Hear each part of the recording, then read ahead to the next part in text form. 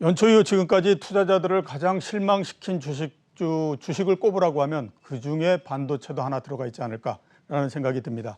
빅사이클에 대한 기대로 시작을 했다가 주가는 지금 최고점 대비해서 대략 15% 정도 내려와 있는 상태이기 때문입니다. 자, 그래서 반도체 시황과 함께 그동안에 우리가 가정해왔던 호황 사이클이 과연 유효한지 하는 것도 좀 알아봐야 되지 않을까라는 생각이 듭니다. 반도체 산업 전반에 대해서 알아보는 시간을 갖도록 하겠습니다. 김양평 산업연구원 연구위원 나오셨습니다. 안녕하십니까? 네, 안녕하십니까? 예. 자, 그 반도체 업황서부터 한번 좀 여쭤보도록 하겠습니다. 네. 슈퍼사이클 얘기 굉장히 많고요. 네. 뭐 작년도에도 그랬지만 올해 초까지도 굉장히 화두였는데 네. 주가는 일단 거기에 뒷받침해 주지 못했고 네. 그다음에 최근에 또 많이 나오는 얘기로는 미국도 그렇고 중국도 그렇고 여러 그 주요국들이 반도체 투자를 계속하니까 오히려 공급 과잉 나는 거 아니냐 이런 네. 얘기도 있고 하거든요. 두 개가 어떻게 보게 되면 굉장히 대립적인 시각의 형태인데 맞습니다. 어떻게 보십니까, 위원님께서는? 어디서부터 말씀을 드려야 될까요? 지금 여러 가지 말씀해 주셨는데 예. 일단 반도체 호황이라는 부분에 대해서 슈퍼사이클 조금 전에 말씀해 주셔서 그 부분을 먼저 말씀을 드리면은 반도체 슈퍼사이클이라는 건 슈퍼사이클 자체가 단기간의 호황보다는 장기간에 그렇죠. 예, 그 흐름을 봐야 되는 건데 우리가 2017년도와 18년도에 정말 초호황기를 맞이했었습니다. 그렇죠. 그리고 이제 19년도에 조금 낮아지면서 슈퍼 사이클이 끊긴 게 아니냐, 뭐 이제 초호황이 멈췄다라고 하는데 말씀드린 것처럼 초호황은 장기적으로 봐야 됩니다. 슈퍼 사이클은. 그래서 저희 반도체 수출 실적이나 모든 걸 볼 때 2015년, 16년부터 조금씩 상승하기 시작했고 17년부터는 확실하게 가파르게 상승을 했고요.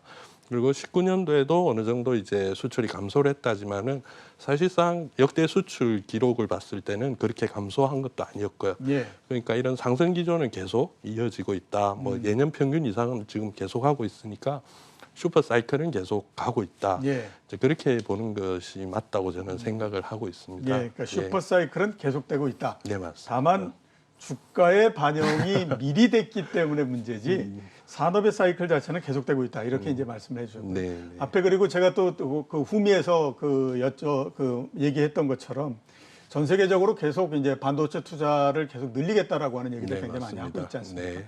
그렇게 되다 보니까 자연히 이제 반도체 장비 업종 쪽에 보다도 또 이 그 눈길이 가는 것도 또한 사실입니다. 네.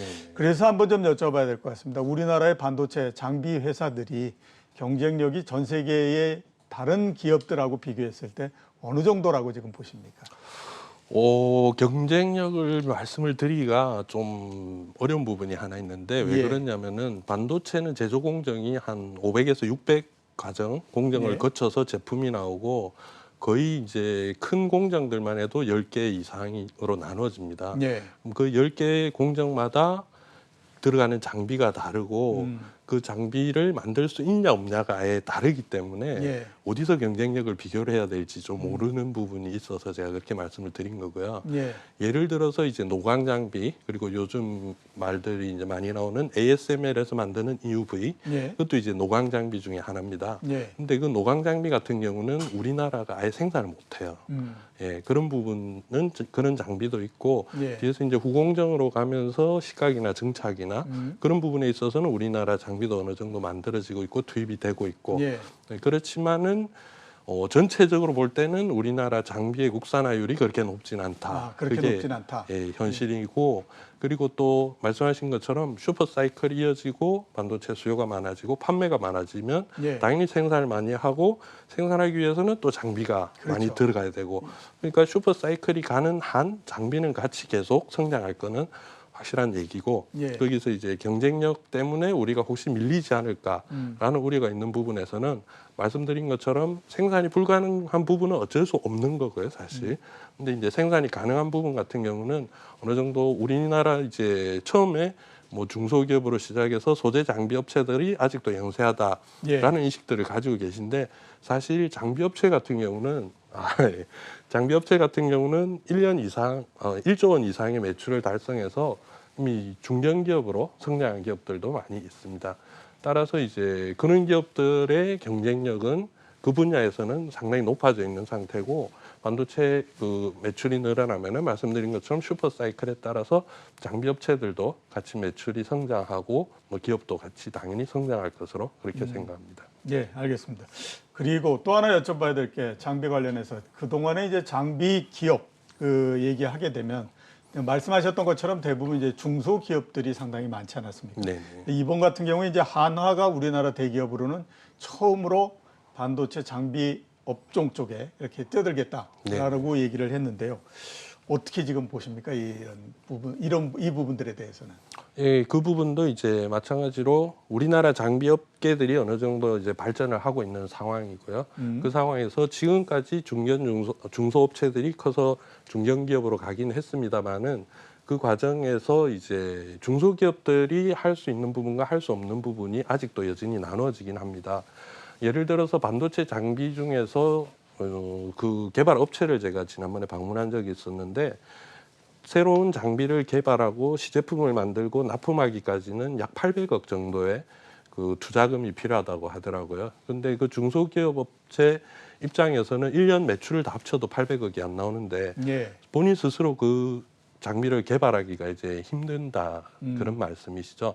그랬을 경우에는 결국 이제 대기업 삼성전자나 SK 하이닉스로부터 뭐 자금 지원 그리고 기술 지원 그렇게 받아서 장비를 만들게 되는데 그런 지원을 받아서 만든 장비 같은 경우는 사실상 그 판매 권리라고 해야 될까요? 그리고 지원을 받았기 때문에 당연히 그 기업에 납품하는 그런 흐름으로 가기 때문에 뭐 그 다음 똑같은 장비를 2대, 3대를 만들었을 때 판매처가 고정이 될 수밖에 없는 거죠. 예. 근데 하나 같은 대기업이 직접 그 금액을 투자를 해서 만든다라고 했을 때는 그런 자금의 그런 구속력에부터 일단 벗어나게 될 거고요. 두 번째는 하나그룹이 이미 반도체 소재 쪽 화학물질이라든지 많이 납품을 하고 있는 걸 알고 있습니다.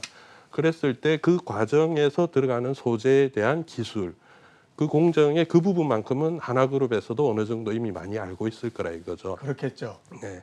그러면은 그 기술을 가지고 그 장비를 스스로 만들어서 납품을 한다. 그러면은 분명히 이제 경쟁력도 높고 좋아질 거고 단지 그 부분에 있어서 이미 우리 중소기업이 많이 진출해 있다라는 경우에는 아무래도 하나가 조금 눈을 돌려서 우리 중소기업과는 경쟁하지 않으면서 대기업다운 모습으로 이렇게 장비를 개발하는 그런 선순환 구조가 만들어지면 참 좋겠다고 생각을 합니다. 예, 알겠습니다. 예, 이번에는 그 디램에 관해서 좀 여쭤보도록 하겠습니다. 3분기에 최고 13% 정도 가격 상승할 거다라고 하는 전망도 있는 상태인데요. 디램 가격 전망에 대해서는 지금 어떻게 보십니까? 지금 말씀하신 13% 그 상승 부분에 있어서는 디램 익스체인지에서 아마 그 고정 가격을 얘기를 했을 거고 그 고정 가격이란 건 그러니까 SK하이닉스나 삼성전자 등 기업과 기업 간의 거래 가격을 고정 가격이라고 합니다. 그 부분이 13% 이제 예상이 돼 있는데 실제적으로 현물 가격은 그렇게 많이 오르지가 않았고요. 그래서 기업들이 이제 다른 반도체 부족 현상이라든지 그런 걸 대비해서 재고를 축적하기 위해서 어느 정도 오르는 부분이 있다고는 생각합니다만은 실제적으로 그렇게까지 높은 폭의 상승은 되지 않을까라고 생각하고 있습니다. 예, 그렇게 높게까지 되지는 않을 거다. 네네. 예, 이렇게 말씀을 해주셨고요.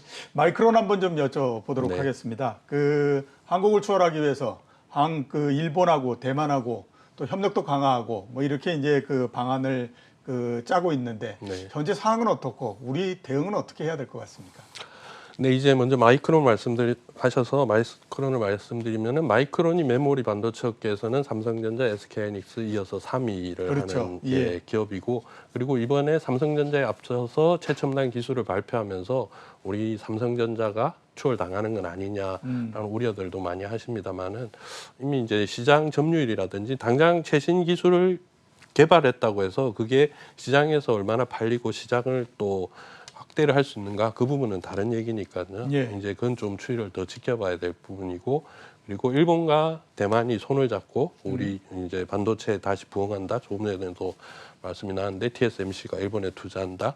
이제 그런 부분들이 있는데 뭐 일본 같은 경우는 사실 우리가 추월하기 전에 우리 앞선 반도체 그렇죠. 선진국이었죠. 그때는 반도체 최강국이었죠. 그렇죠.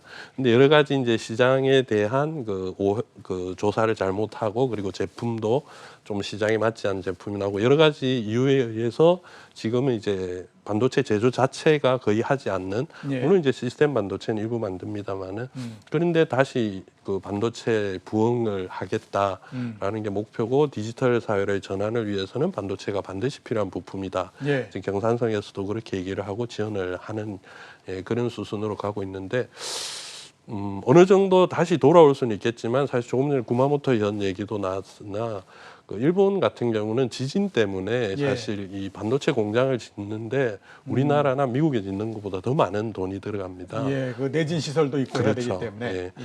대만도 지진이 있기 때문에 TSMC가 대만에 그 공장을 지을 때는 내진 설계 진도 8까지 견디는 예. 걸 짓는다 그러거든요.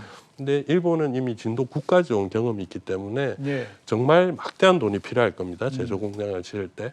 그러면 그만큼 투자를 해서 회수를 할 수 있느냐. 그 부분은 조금 더 많이 생각해 볼 필요가 있는 부분이기도 할 것 예, 같습니다. 알겠습니다. 자, 그것도 그거지만 또 주요국들이 반도체에 대한 투자를 계속해서 늘리고 있습니다. 미국도 지금 그렇고 유럽도 마찬가지고 아무튼 뭐 전체 사용되는 거에 그 전 세계 사용되는 거의 20% 정도는 지역에서 만들자. 뭐 이런 얘기들을 굉장히 많이 하고 있는데요.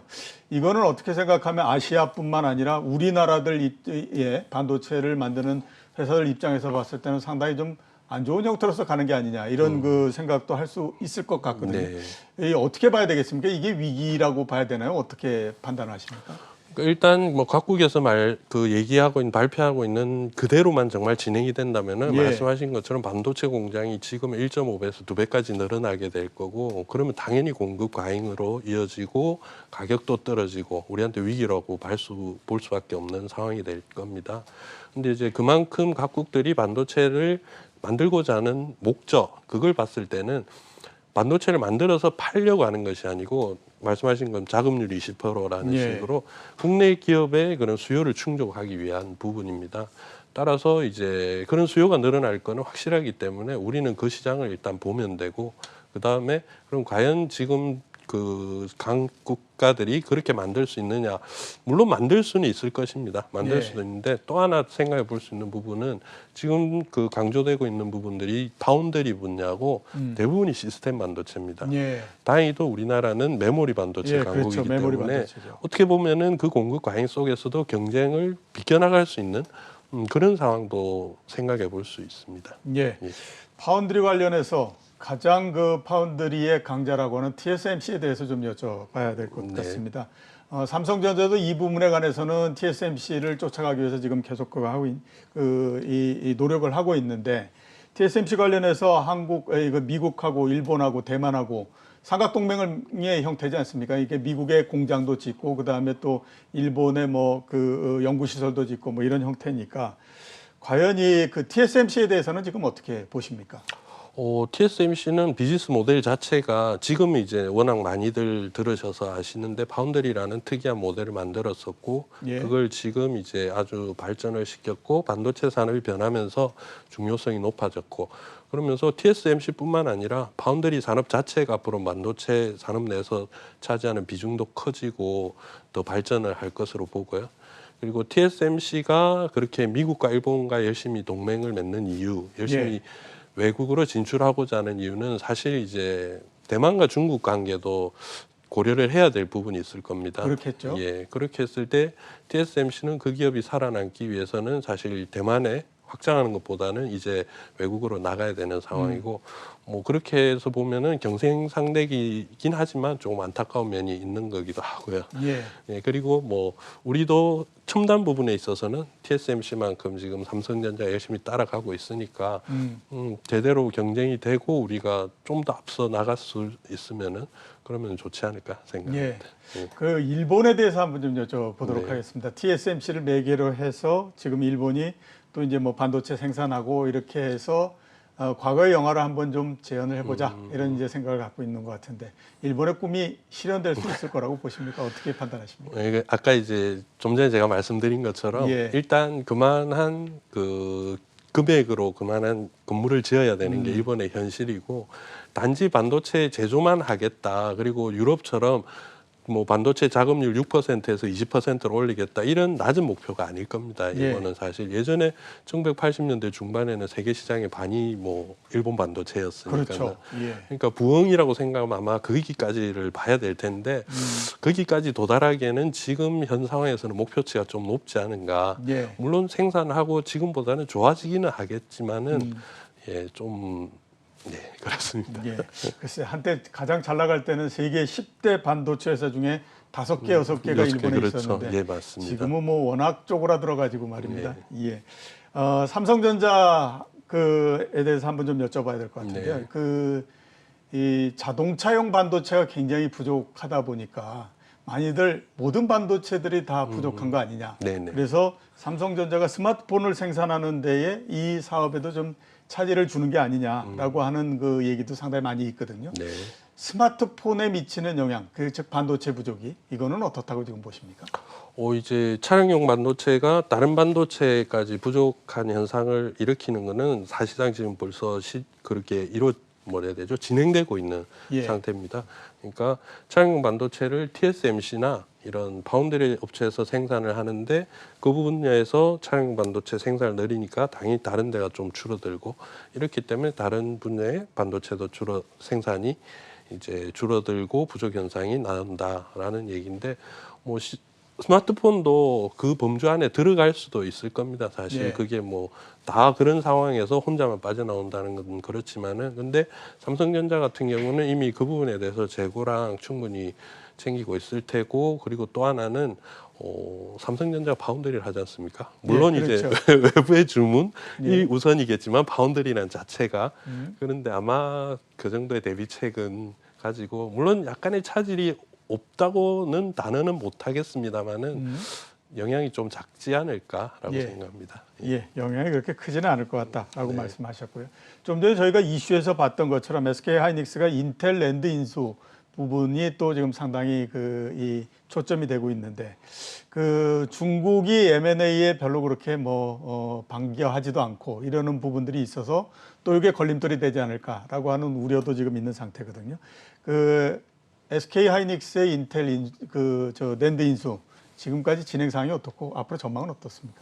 예, 조금 전에 이제 말씀하신 것처럼 이게 8개국 그리고 9개국에서 그런 뭐 독과점 관련된 승인을 받아야 되는 상황이고 그 중에 이미 4개가 승인이 났고 예. 중국이 그 중에 지금 제일 걱정이 된다 이제 이런 부분일 텐데 사실 중국이 그렇게 목리를 부리는 이유가 중국이 반도체 굴기를 선언을 하고 2010년대 초반 12, 13년에서 글로벌 M&A를 많이 추진했었습니다. 이제 반도체 기술을 습득하기 위해서 그 부분들을 미국이 대부분 견제를 해서 무산이 됐고 예. 그리고 자기들이 기술을 습득 못하는데 다른 국가나 이런 데 M&A가 진행되는 걸 가만히 이제 용인을 못하겠다 예. 이런 기조가 이어지고 있는 거죠. 근데 거기 보시면은 중국이 또 그렇게 견제하는 분야들은 미국 기업이 일단 중심이 되고 유럽 기업이라든지 우리나라는 이제 아마 그게 이번이 처음이 될 겁니다. 예. 그 중국에서 그런 승인을 내줘야 되는 게. 근데 실제적으로 SK 하이닉스는 중국에 이미 많은 투자를 하고 있고 그리고 SK 하이닉스가 앞으로도 중국에 투자를 해야 되는 상황에서 중국이 뭐 예전에 미국 기업들한테 그렇게 견제하고 목리를 부렸듯이 SK에도 그렇게 할 수 있을까? 이제 그 부분이 하나가 있고 두 번째는 이제 뭐 요즘 얘기가 많은 디커플링 그런 부분도 중국이 고려를 해야 되기 때문에 조금 예전과는 상황이 다르지 않을까 그렇게 생각합니다. 예, 알겠습니다. 오늘 나와주셔서 대단히 감사합니다. 네, 예. 감사합니다. 지금까지 김양팽 산업연구원 연구위원이었습니다.